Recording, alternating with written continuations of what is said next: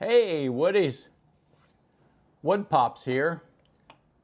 In today's episode of Expressions in Wood, we're going to be wood turning a small hollow form with a tool review. I've done large hollow forms in the past and been quite successful at it.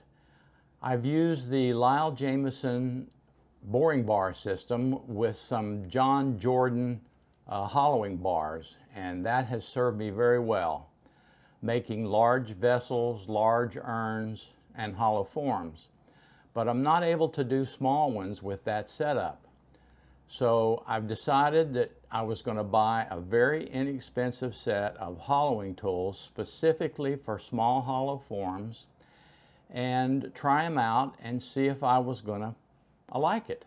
So I bought a set of inexpensive tools from Amazon, and in this video we're going to wood turn a small hollow form, then review the tools. So stick around, and if you haven't subscribed, I'd appreciate it if you did that now. Hit the little bell so you'll be notified of future videos. And if you like this video, like and share it with your friends, okay? So without further ado, let's jump right in here and let's wood turn a small hollow form. All right, let's go, man.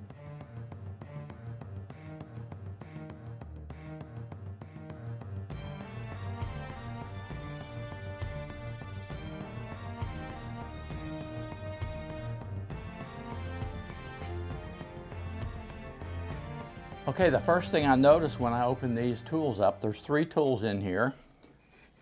There's 2 different size goosenecks. That'll be interesting to see how to use those. I think they're goosenecks, swan necks, whatever, you know, goose, swan, what's the difference? And a straight one, okay?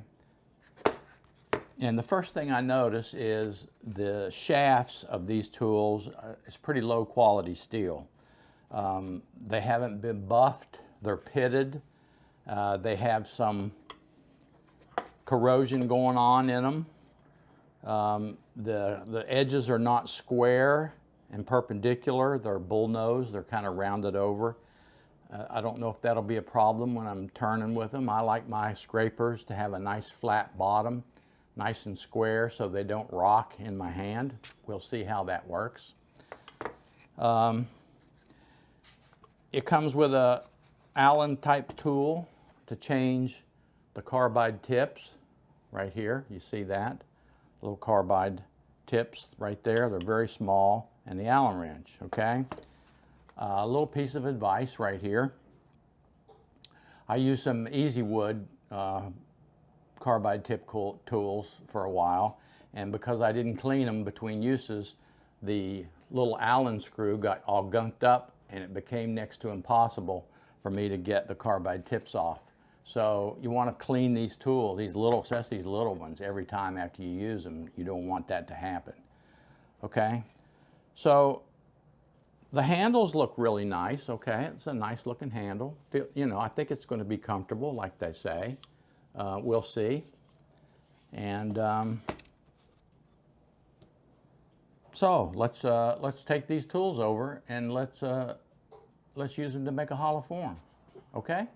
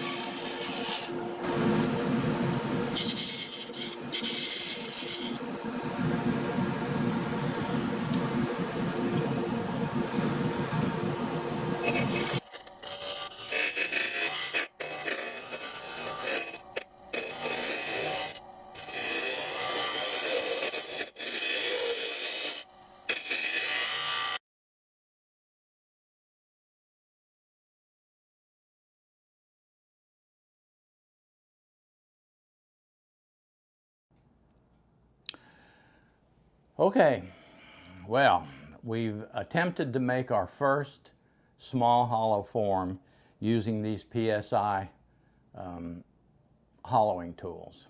And a couple things I want to say about them. Probably for the money, for what I paid for them, they're worth it. I would say that.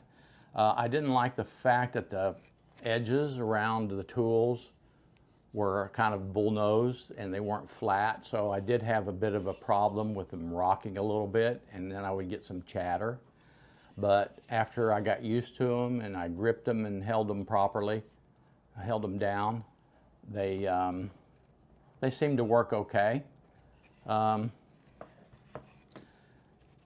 Normally when I'm doing hollowing vessels, I use the Lyle Jamieson system, as I mentioned earlier, and it has a laser on it, so you know, my walls are pretty uniform, and I left behind a long time ago in my wood turning, cutting through the walls when I took up that system.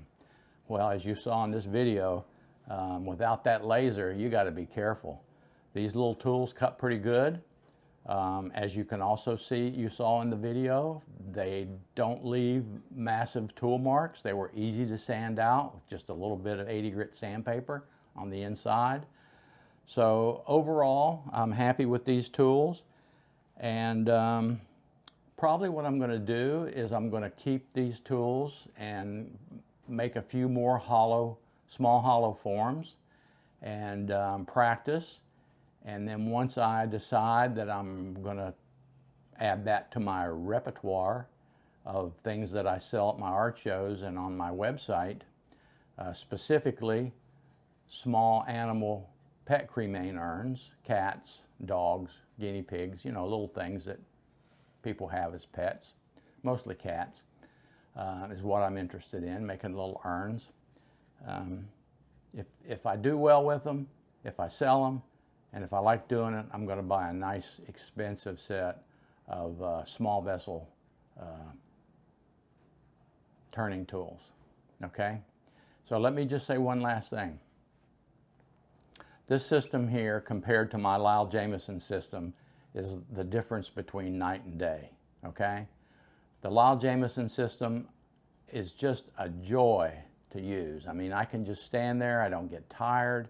I move the tool with my fingertips, there's no stress. It's just a joy to use that tool to hollow out large hollow vessels and forms and urns. I just love it, okay? I will never stop using it, okay, for my large vessels.